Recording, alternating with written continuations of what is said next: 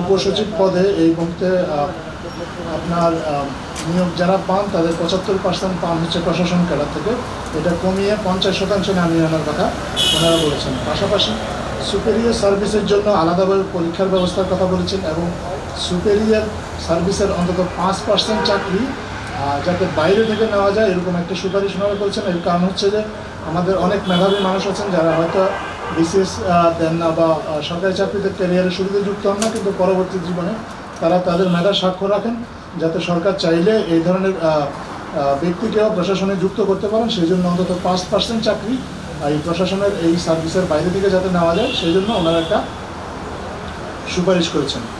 এছাড়া ওনারা আমাদের যে পাবলিক সার্ভিস কমিশনকেও একটু পৃথক করে 3টা পৃথক পাবলিক সার্ভিস কমিশন করার কথা বলেছেন।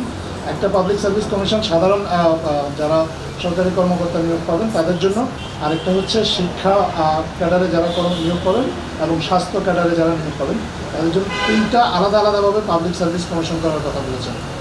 একটা মন্ত্রী এবং সচিবদের একান্ত সচিব, এটা নিয়ে একটা অনেক দিন ধরেই কথা চালু আছে এবং একটা সমস্যা হয় যে প্রশাসনিক ক্যাডারে যেসব কর্মকর্তা মন্ত্রী এবং সচিবদের একান্ত সচিব হিসেবে নিয়োগ পান তারা পরবর্তী জীবনে মন্ত্রীদের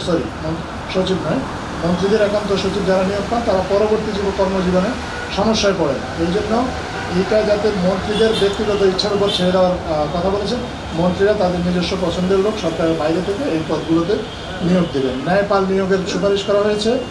আর অডিট এবং অ্যাকাউন্টস বিভাগ এই দুটাকে আলাদাভাবে করার কথা বলা হয়েছে। এইগুলো আরও আছে যে আমাদের বিনিয়োগ রিলেটেড যে এই মুহূর্তে 3টা সংস্থা কাজ করে বিনিয়োগ আকৃষ্ট করার জন্য, এই 3টা সংস্থাকে একীভূত করে বিনিয়োগ বিভাগের অধীনে রাখার কথা সুপারিশ করেছেন এবং বিনিয়োগের ক্ষেত্রে ব্যবসায়ীরা যাতে সুবিধা পায় এটা আগেও আমরা বলেছি, ওয়ান স্টপ সার্ভিস চালু করার সুপারিশটা আমরা করেছেন। তো এইগুলো ছিল মোটামুটি ওনাদের সুপারিশের হাইলাইটস।